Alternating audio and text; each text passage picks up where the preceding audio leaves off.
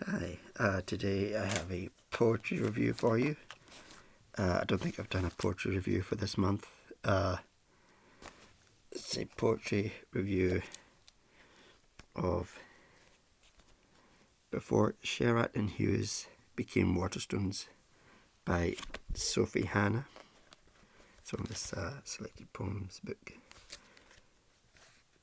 So, what I'm going to do is a reading of the poem, a brief talk, analysis about the poem, 3 good things, 3 bad things, best line, rating of the poem, and a poetry recommendation. Okay.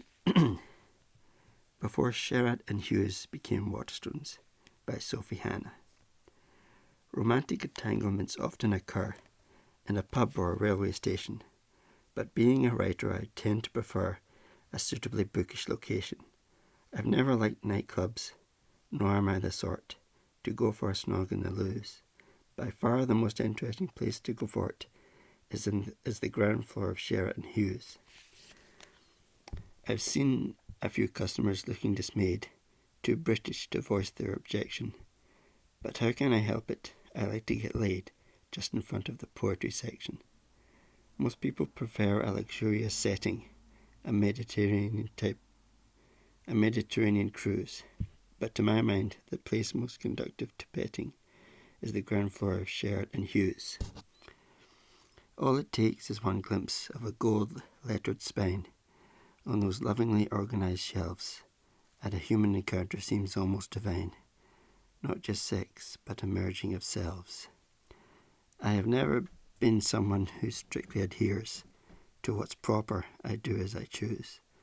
I go down very well with the male cashiers on the ground floor of Sherratt and Hughes. Okay, so great raunchy poem there. Maybe I should have read this during the sex and literature tag, but I didn't discover it until just a few days ago. This poem sort of puts me in mind of Fleabag, and I say that having never watched a single episode of Fleabag.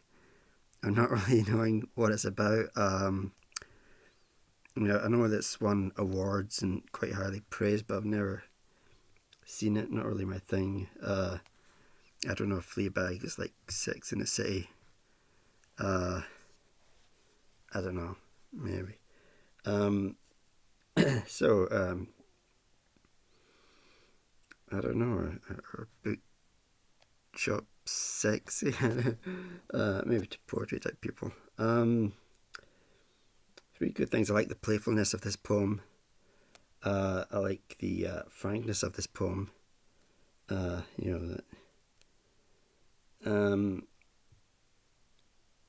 I think there's some humour to it as well.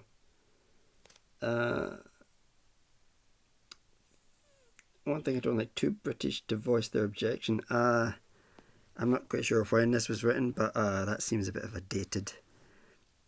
No sex plays were British. I think that's a old thing from the 50s, 60s, maybe. But now, in a multicultural UK, or it was as of 2016, I don't know if that's still.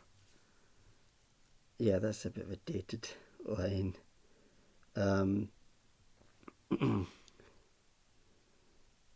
The rhyming, take or leave it.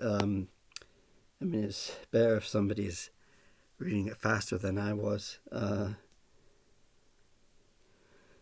One third thing. I don't know. I'm in danger of being, if it was a male writer, how different would it be? Wondering. I don't know. So that was 3 bad things. Best line, I'm going to say, all it takes is one glimpse of a gold-lettered spine. I really like that. I don't think I have many gold-spined books. Maybe 1 or 2. I don't know if the folios always have gold spines. gold spined lettering on them. But it is, you know, when it is on the lovingly organised shelf, yeah, it is quite a thing of style, of beauty, and sophistication. Yeah, and I think that line has sophistication as well. Rating of the poem. I'm not too into this one. I would say 5 out of 10. Poetry recommendation. I thought that was quite a tough one. Gonna go for Every Day You Play by Pablo Neruda. What is that in Espanol?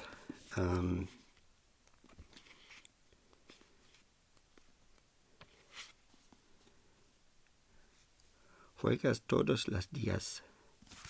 For Every Day You Play. I don't know, I might have said that. Juegos.